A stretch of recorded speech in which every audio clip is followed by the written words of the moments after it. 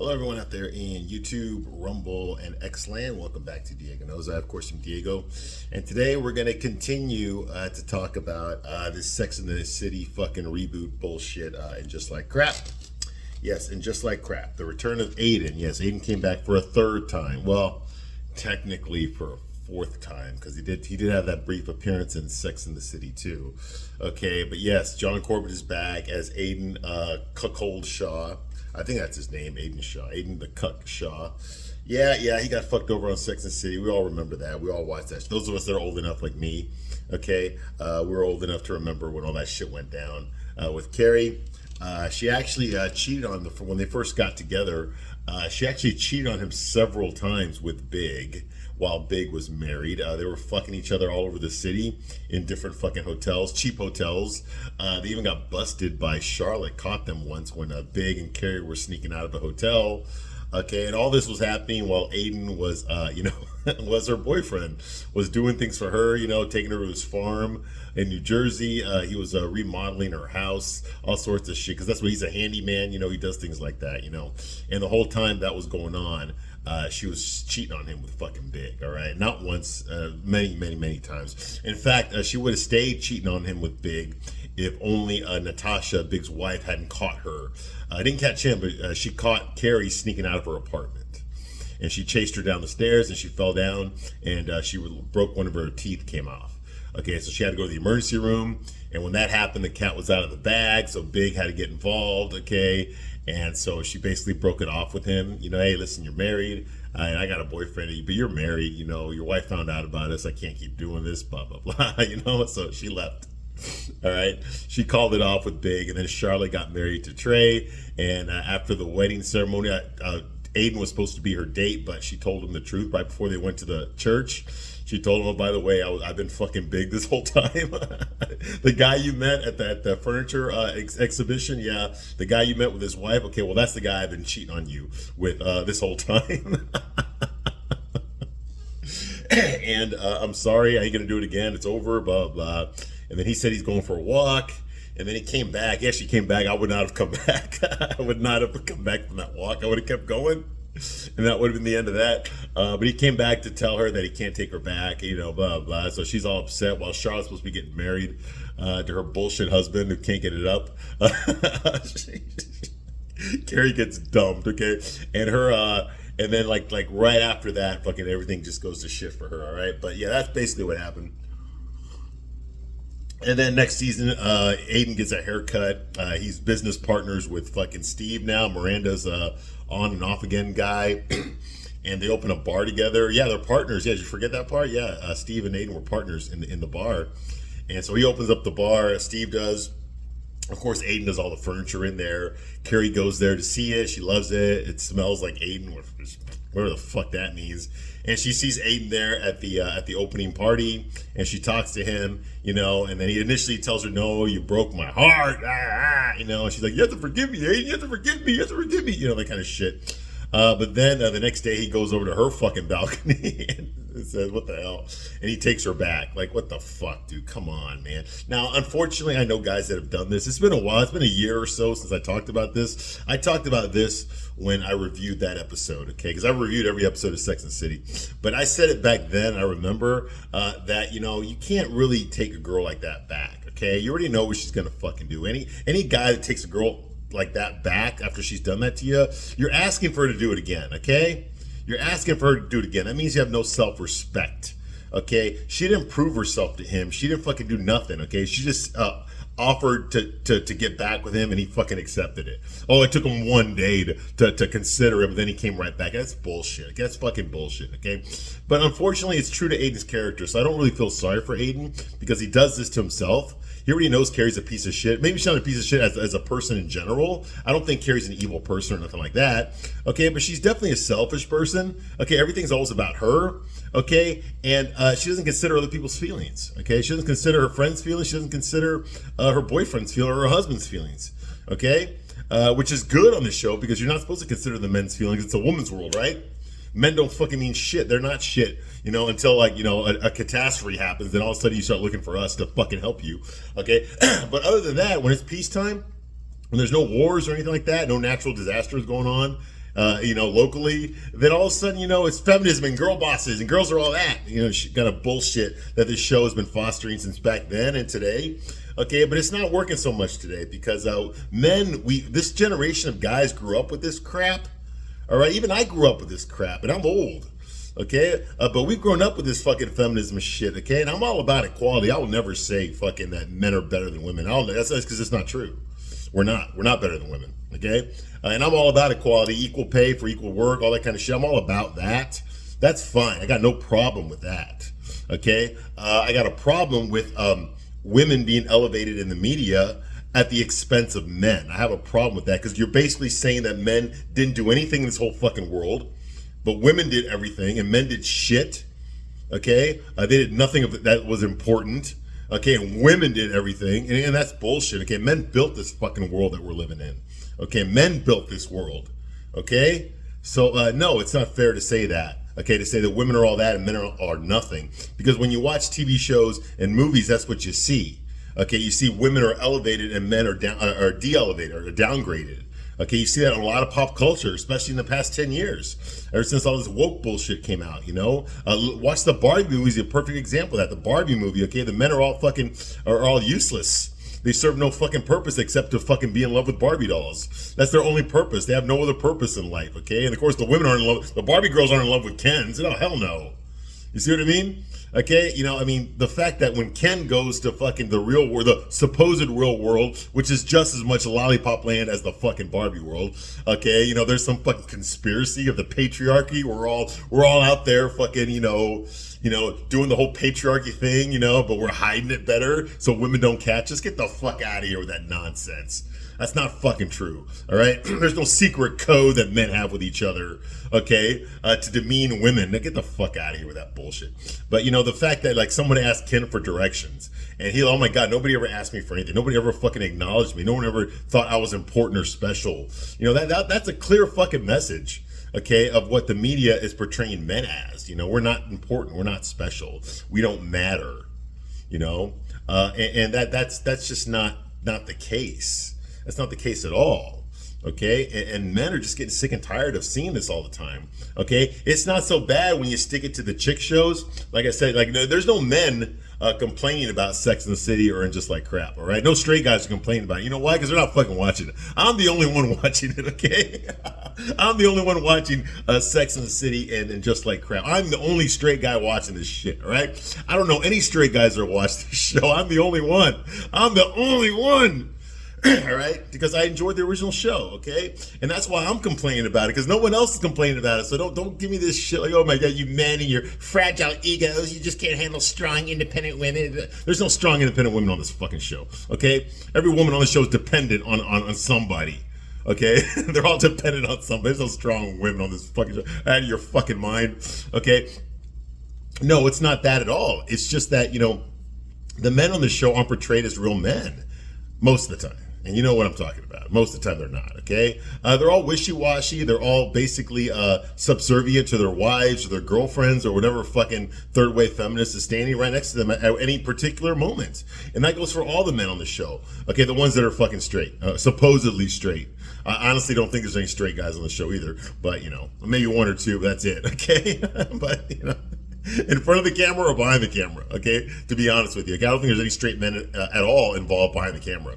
Okay, there's no straight guys that have read any of these fucking scripts because somebody would have raised the bullshit flag. But of course, that's not going to happen because, we can't have fucking heterosexual men, cisgendered, white, Christian man, having anything to do with this show, Because that would be homophobic, wouldn't it? And sexist and transphobic and all the other kind of bullshit that they're trying to feed us. Excuse me. Okay, so where did we leave off last time? So we left off last time here. I'm Diego. I'm going to give you a straight man's point of view. If you're easily offended, get the fuck out right now. I'm not going to censor myself to spare your feelings. I don't fucking know you, but I'm going to give you a straight man's point of view. That's what I do here, okay? So if you can't handle it, get the fuck out of here right now, all right? We need some truth on this show, okay? Ladies, if you want to know what real men think about this show, real straight guys think about this fucking show, then keep watching, because I'm going to fucking give it to you straight up, baby, with no lube. There's no lube here. Don't even look for it.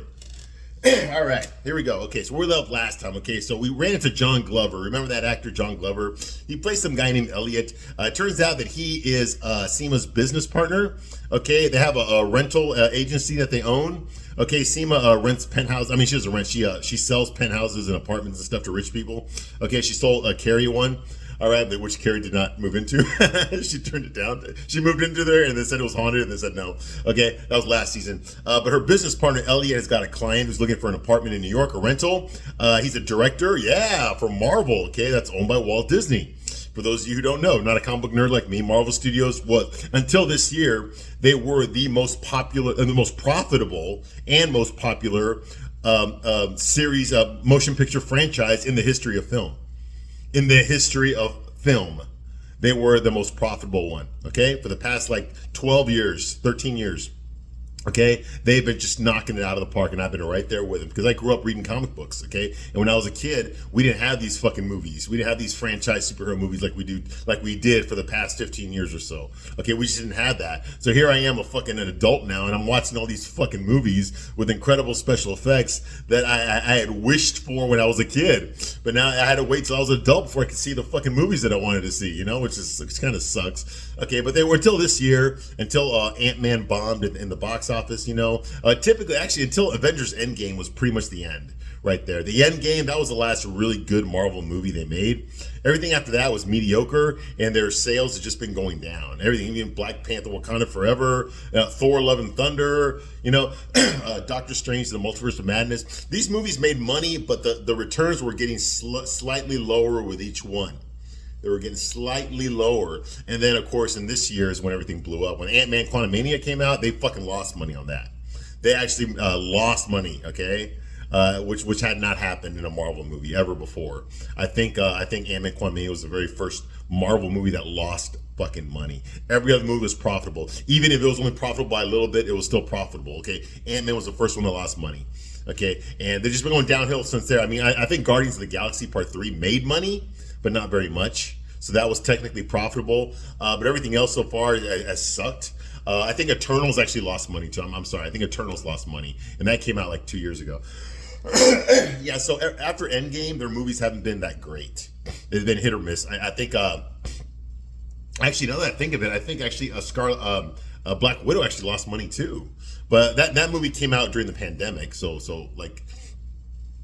you could watch it on Disney Plus, and you could watch it at the theaters. So of course everybody went to go see it on Disney Plus because the theaters weren't open, that kind of thing. But anyway, that's not what I'm trying to talk about. The point is that he's a director for Marvel. Okay, so he's got a lot of guaranteed money.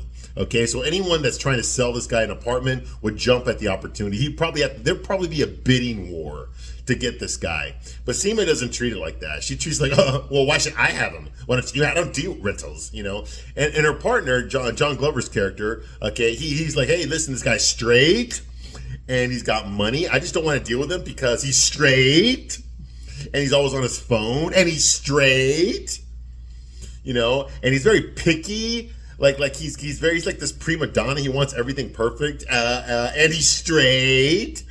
So basically that's what it comes down to. So we finally meet the guy, and of course he's in the middle of a conversation with Seema when his phone rings. Oh, I got to take this call. It's from London, but and he walks away. Okay, so he comes back, and Seema's basically trying to get him to qualify himself for her. Like, what kind of fucking business are you running? Okay, his paycheck for this Marvel movie is more than your fucking real estate company's even worth. Okay, so why the fuck are you talking down to him?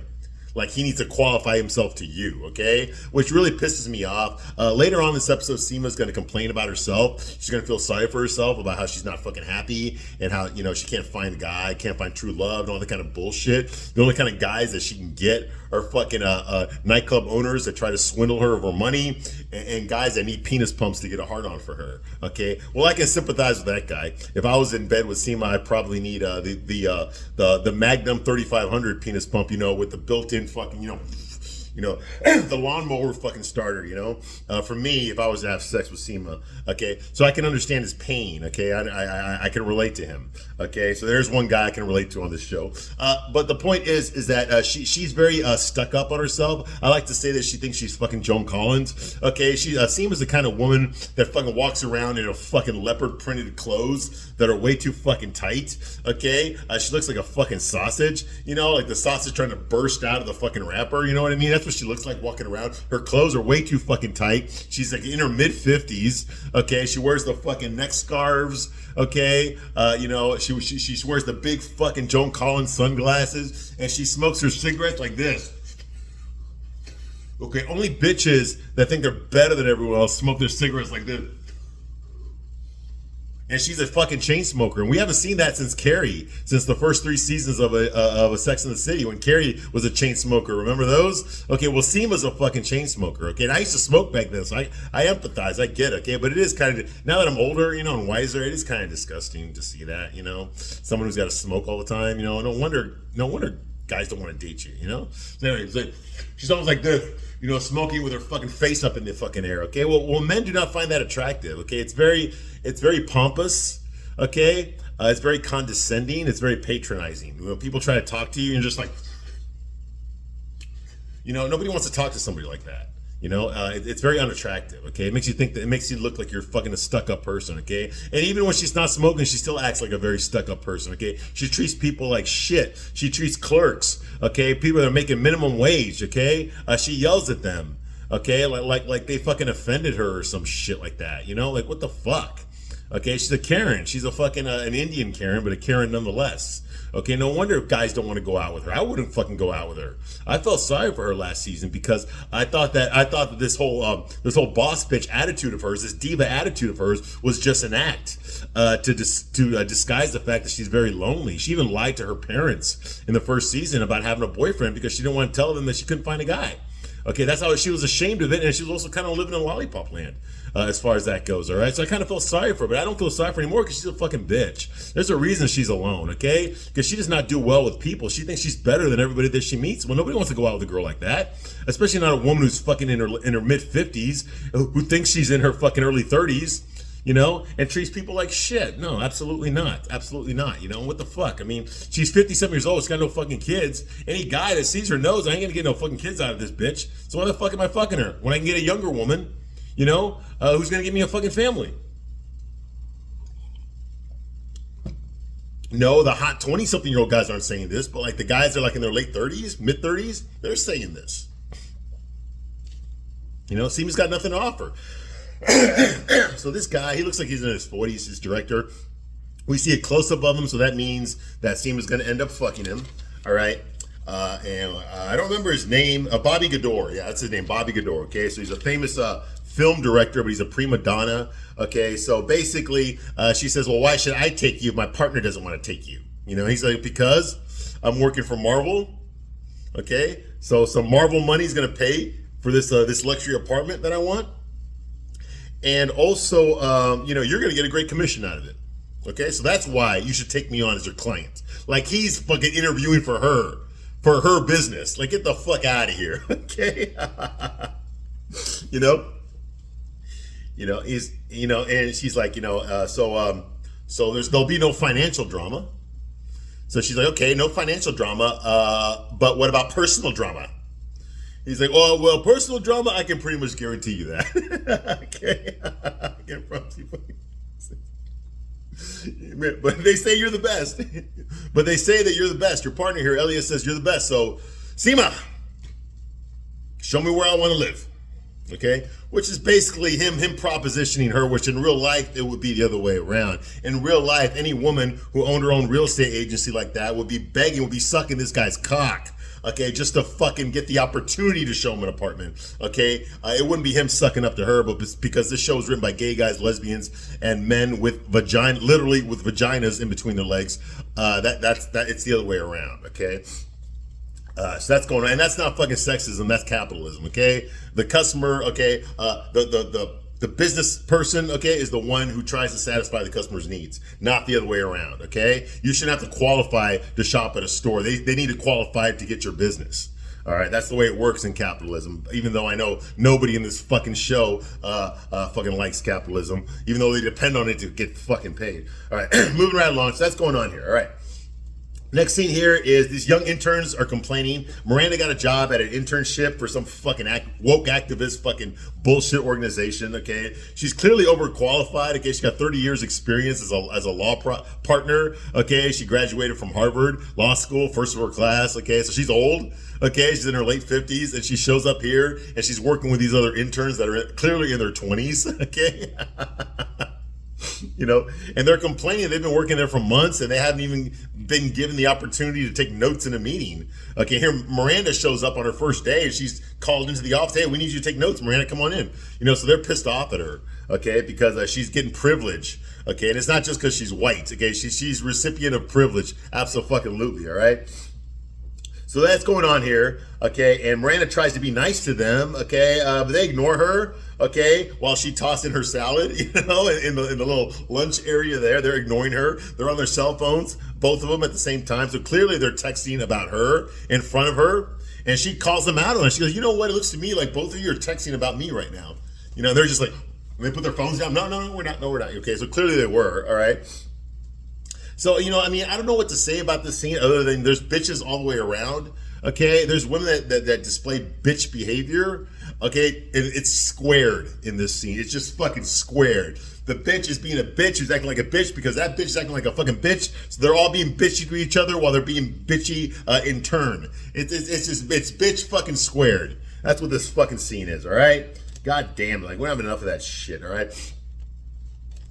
So anyway, the boss comes out. She's some Latino woman. I don't know her name, but she's fucking about to give birth. Okay, she's like 8 months pregnant. Okay, clearly her stomach is sticking out. Okay, and she compliments Miranda on the notes that she took at the meeting earlier. All right, and the interns, okay, they go back to texting about her because they're pissed off that basically Miranda is now the boss's pet.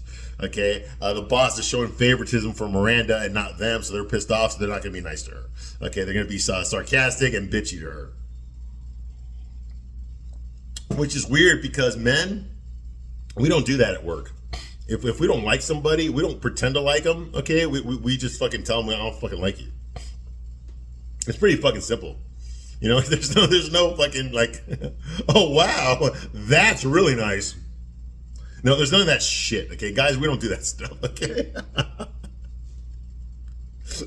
Hey, by the way, those reports, yeah, they suck, dude. It sounds to me like you're a fucking idiot. Sorry. Okay, that's how we do it. And if it comes down to this, then it does, okay? We don't try to go there, but, you know, basically we're more blunt about that shit. We're not like, you know, we don't get all fucking all bitchy like you girls do, man. My God. The way you all talk to each other is fucking disgusting. Anyway. So that's going on here, okay. Next scene, Harry. Harry notices Charlotte in the bathroom trying on that new dress that she bought, the one that she ripped the fucking sales clerk woman. She ripped her a new asshole because that girl was trying to show her a work dress that was more generously cut for Charlotte's fat ass, or fat belly, actually. Her belly's sticking out because she's gaining weight. She's not a young woman anymore, all right?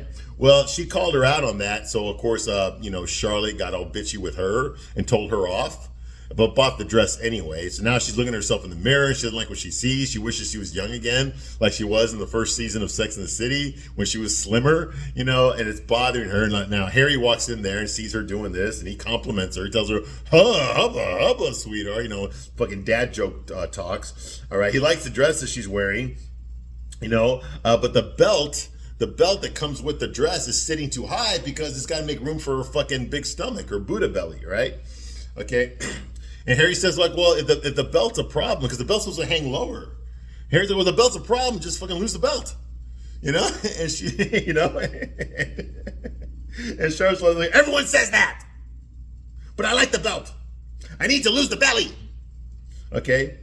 You know, so something about it. You know, and then she starts talking this nonsense about bone brothing or some shit like that. Like, what the fuck? She's brothing bones? Where the fuck that? Harry's like, you look great, sweetheart. Put that in the file somewhere, okay? I think you look great. Okay, yeah, of course, you have to say that, Harry. That's your job, all right? Aiden and Carrie, they run into that non-speaking guy again at the fucking apartment building. Now they're Airbnb-ing Shay's apartment, okay? Because they need a place to fuck instead of spend all this money on hotels. Because Aiden refuses to fuck Carrie at her apartment that she owns because of all the bad memories, which right there is a red flag, okay? So they're just getting hotels every time he's in town. They just get hotels and they just fuck there. Okay, now he lives in Virginia. He doesn't live in New York. All right, but they're tired of doing that, so they decided they're going to rent out Shay's B&B. She asked to rent it out because she went to LA to film a pilot for a TV show, a sitcom that did not get picked up because she fucking sucks. That TV show with her in it absolutely fucking sucks ass completely. Okay, and also that pilot she filmed in LA also sucks ass too, the one with Tony Danza. Okay, so anyway, so because of that, she had to move in with her grandma or some shit like that. Okay, and get a job working. I don't know if it's a pound or if it's a veterinary clinic or an animal shelter. I have no fucking idea. Okay, but it's one of those three, and she's working there in the receptionist desk. All right. Well, Carrie goes in there, bothers her at work, and tells her, "Hey, listen, I want to rent out your Airbnb, your apartment." For me and my fucking and my fuck buddy, okay, and while we're there, you can stay at my apartment, and when we're not there, you can stay back at your apartment. Everybody wins, you know, because Carrie just became a fucking ally of the fucking LGBTQ community all of a sudden, okay? Well, she was always an ally, but she never like hung out with them, with the exception of Stanford. She wasn't the kind of a person that like would go out and do things with the fucking gay community. Okay, she really wasn't that kind of a person. She hung out with her girlfriends. Okay, she went to bars and tried to pick up guys. Okay, she wasn't the kind of, she didn't go to gay bars. Okay, with her gay female friends. Okay, just to fucking hang out and to do things, to go shopping and to gossip. And no, she never did that before, but she's doing that on this show now. Okay, and we all know why. It has nothing to do with the story. All right, excuse me. Damn my throat. All right, so that's going on here. Shay, so she's there, okay, and there's a guy there, a tenant next door, who noticed. He doesn't say shit. He looks like he's gay. He doesn't say anything. He just stands there and looks at them while Aiden and Carrie talk to him nervously. I'm Doug, and that's Jan. Remember we met the other day? You know, we were the one that we're renting it out here from Shay. You know, Shay. Yeah, she gave us permission to rent this out because we're her first cousins. Yes, and that's why we're standing right here. And he's just like that, saying nothing, okay? And it's such a fucking trope. I'm so sick and tired. Sitcoms do this shit all the time. Rom-coms do this shit all the time, where people are just speaking nervously and they won't fucking shut up, while the other person's just like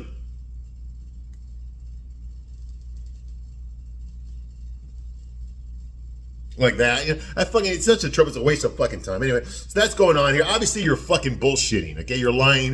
This fucker knows you're lying. Just shut the fuck up. All right, so that's going on here, okay?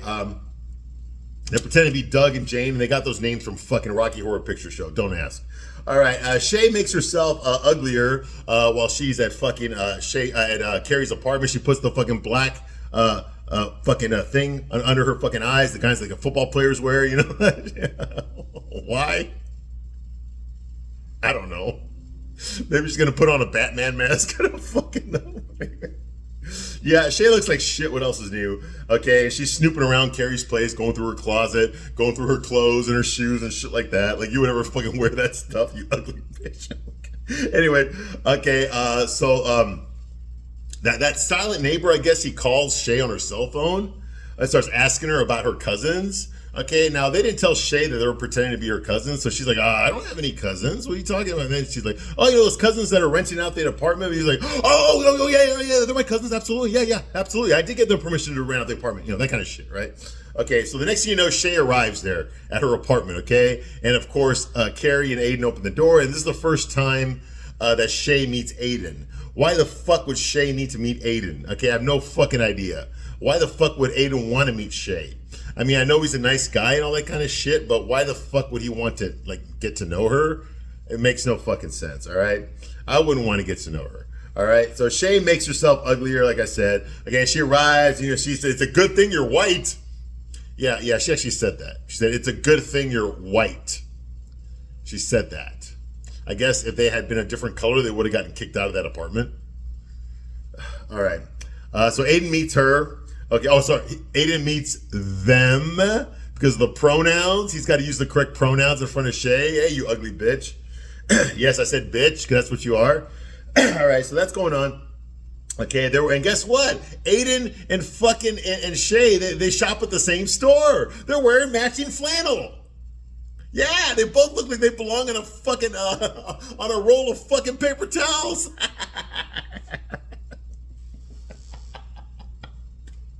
Oh my fucking god! All right, yeah, threesome.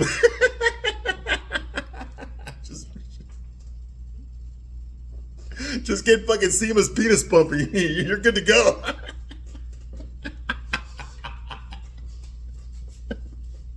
I know I would need one. Okay. Yes, absolutely. Okay.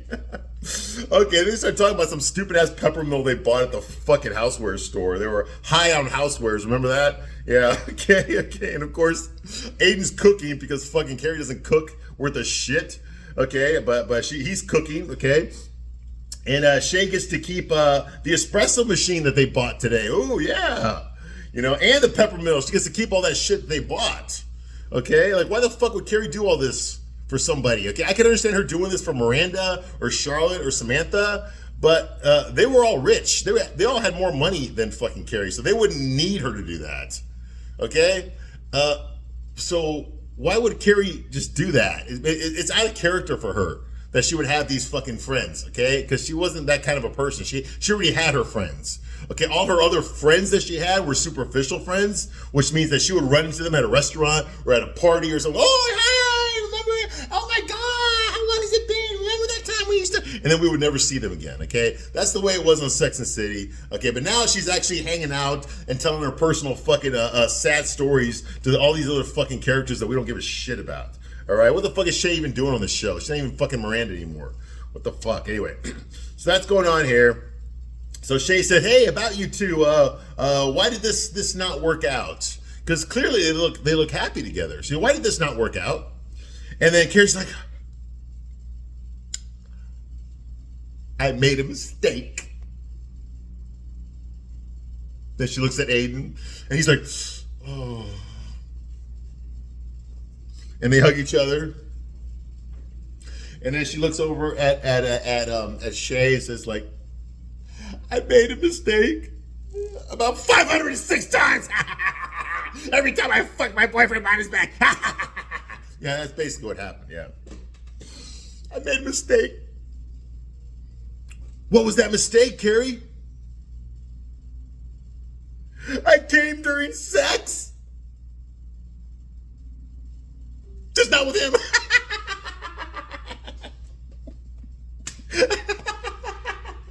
Oh my fucking God, man. The jokes write themselves, all right? Okay, hey, we're talking about fictional characters here. Okay, all right. So it's not working. Okay, so she's like, "Why did this not work out the second time?" Okay, uncomfortable size, yeah, whatever, okay? And then Aiden says, like, "Yeah, you fucking did." "And I made a mistake too, Carrie. I took you back twice." He just, no, he doesn't say that. If he had any testicles, he would have said that. But he lost his testicles back in season 3 of Sex and the City. Okay, Shay just stares at them like like with nothing to do. She's just like,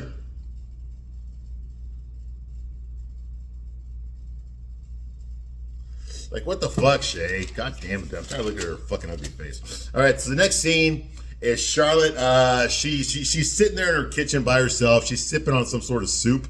I guess it's the bone broth that she made. And she's on the phone talking to fucking Anthony, complaining about her fucking life, all right? She can't lose the weight like she used to when she was in her 30s and 40s, you know? She's like, "I could lose 5 pounds easy back then, but now I can't, you know?" She's like, "I hate menopause. It's the devil." Anthony, of course, doesn't give 2 fucking shits about what Charlotte's talking about. He just wants to talk about his problems, okay? He's like, "You told me Giuseppe was straight, but he's not. He's hot, and he made my sourdough rise, if you know what I mean." Charlotte's like, "Yes, I know what you mean, Anthony. I'm going to be a gallerina cat at the gallery. Get it? Ballerina, gallerina, get it? And all those gallerinas are all going to be 25 years old." Anthony's like, "Yeah, this one's too young too. Yeah, he's got to go. They're too young.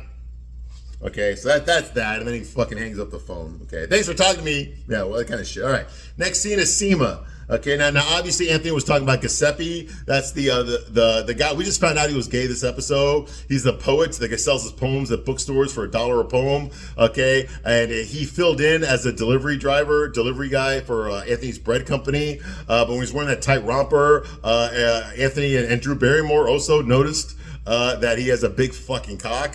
And it's just slinging across his fucking thigh, just swinging past his knees, and so that's a plot point now. And so now Anthony's kind of like attracted to him now, okay? But since that's his employee, he doesn't want to get sued for sexual harassment or any kind of shit. So yeah, so that's why he's confused, okay? he wants to fire him because he's attracted to him, all right? So he's trying to make up all these excuses why he doesn't go out with him. All right. So the next scene here is Seema. Okay, Seema and Carrie, coincidentally, they're both sitting right next to each other at the same fucking hair salon. But there's a partition separating them so they don't see each other, okay? But they're both getting their hair done there, okay? Now, Seema has been avoiding Carrie. She's not been returning her texts, has not been returning her calls. Carrie does not know why. Okay, but Seema looks over and hears Carrie's voice and she checks, and sure enough, it's Carrie there. So Seema's like, okay, I'm going to sneak out of here without Carrie noticing me. Okay, because she's trying to ghost Carrie right now. But of course, Carrie notices her walking out. Oh, hey, where are you going, Seema? Get over here. I want to talk to you. And she's like, oh, shit. Okay, because Seema does not want to talk to Carrie at all. All right. Sees her walks away. Okay, Seema tries to blow her off. Like, oh, I got to go do something right now. Let's talk some other time about that kind of shit, okay? And Seema she says, Carrie demands to talk. No, let's talk. What, you can't take a minute to talk to me? I'm your friend. He's like, okay, if you really want to know what's bothering me, I'm going to need a cigarette. So they go outside. It's raining out there. Their hair's already wet. And they got some umbrellas, and they're standing out there in the rain. And Seema's fucking chain smoking like she always does, all right? Okay? So they go outside, okay? And Seema's like, look, I just want you to know, Carrie, I'm happy for you and Aiden. But if you remember last episode, we agreed that we were going to get a house together in the Hamptons this summer. Remember that? She's like, oh my God, the house in the Hamptons, I forgot completely. Yeah, I know you forgot. Okay? Okay. So she's like, and Carrie, I can't be a third wheel. Carrie's like, oh, but he won't be there. He won't be there every week, Seema. And you're going to love him. And she's like, I'm sure I will love him. Okay? I'm sure I will, but I won't love how I feel about myself when he's there. When you invited me to dinner, you said, we want you to have dinner with us. You're already a we.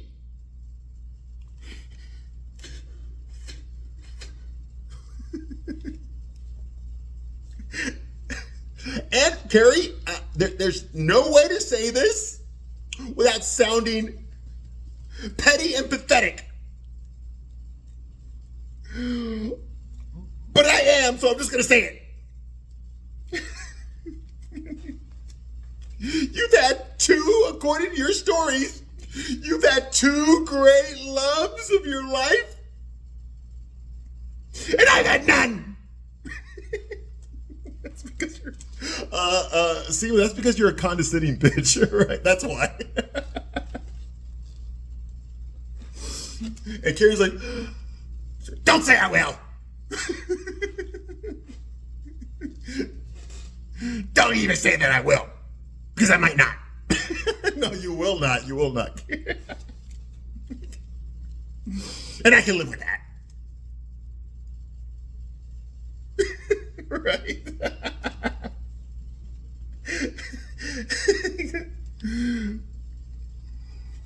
But you know what, Carrie? I can do this summer thing with you. I can. But I don't want to. Because I don't want to spend a fortune feeling that way about myself. I already got the deposit back. Kira's like, no, it's not about the money. I'm not worried about losing money, Seema. I'm worried about losing you. What will the DEI investors think if I lose my token person of color friend on this show?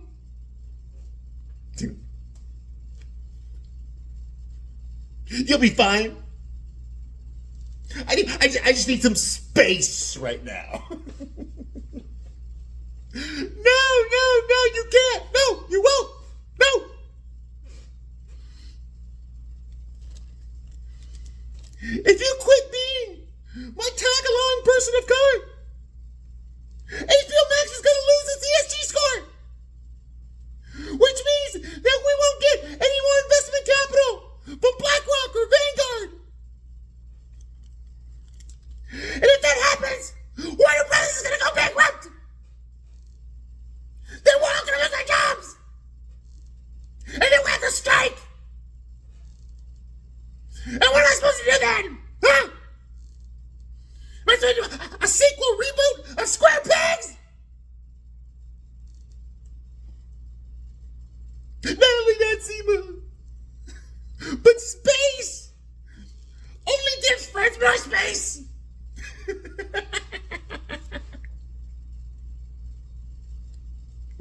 So don't pretend that you don't see me in the salon. Seema's like, we'll be fine, Carrie.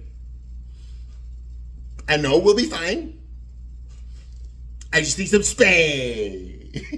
So she fucking walks away. Oh my God, man. Yeah. That's the kind of shit this show is going on. All right, I'm going to stop my review right here, but I'll be back shortly to continue my review of And Just Like Crap. I thank you very much for watching this long, and I will see you soon on the next one. Bye.